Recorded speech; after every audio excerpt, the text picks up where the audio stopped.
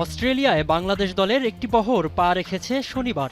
একদিনের বিশ্রাম শেষে ডারউইনে অনুশীলনে ঘাম ঝরিয়েছে টাইগার ক্রিকেটাররা। ২০০৩ সালের পর অস্ট্রেলিয়ার মাটিতে টেস্ট খেলার সুযোগ হয়নি বাংলাদেশের। দীর্ঘ ২৩ বছর পর সেই অধরা রোমাঞ্চ ফিরেছে টাইগার ডেরায়। অনুশীলনে তাই দলকে দেখা গেল বেশ মনোযোগী। ২১ বছরের দীর্ঘ ক্যারিয়ারে প্রথমবার অস্ট্রেলিয়ায় টেস্ট খেলার সুযোগ পাচ্ছেন মুশফিকুর রহিম, হয়তো শেষবারও।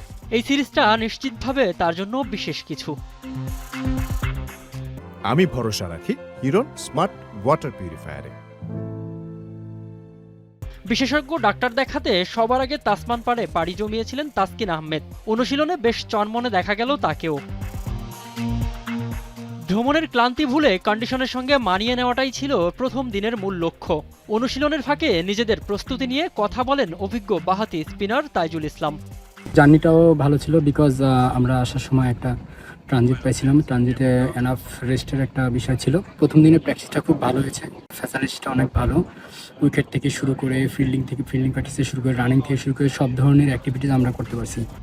ডারউইনে ৫ আগস্ট পর্যন্ত টানা অনুশীলন করবে বাংলাদেশ, যেখানে যোগ দেবেন লিটন সৌম্যরাও।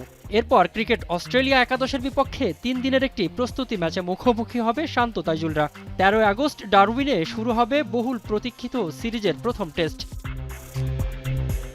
অস্ট্রেলিয়ার বিপক্ষে টেস্টে এখন পর্যন্ত ৬ ম্যাচ খেলে মাত্র একটিতে জিতেছে বাংলাদেশ। ২০১৭ সালে মিরপুরের জয় ছাড়া হেরেছে বাকি ৫টিতেই, ৩টি আবার ইনিংস ব্যবধানে। তবে দীর্ঘ ২ দশকের অপেক্ষার পর অস্ট্রেলিয়ার অচেনা বাউন্সি উইকেটে নিজেদের সেরাটা মেলে ধরতে মুখিয়ে আছে লাল সবুজের প্রতিনিধিরা।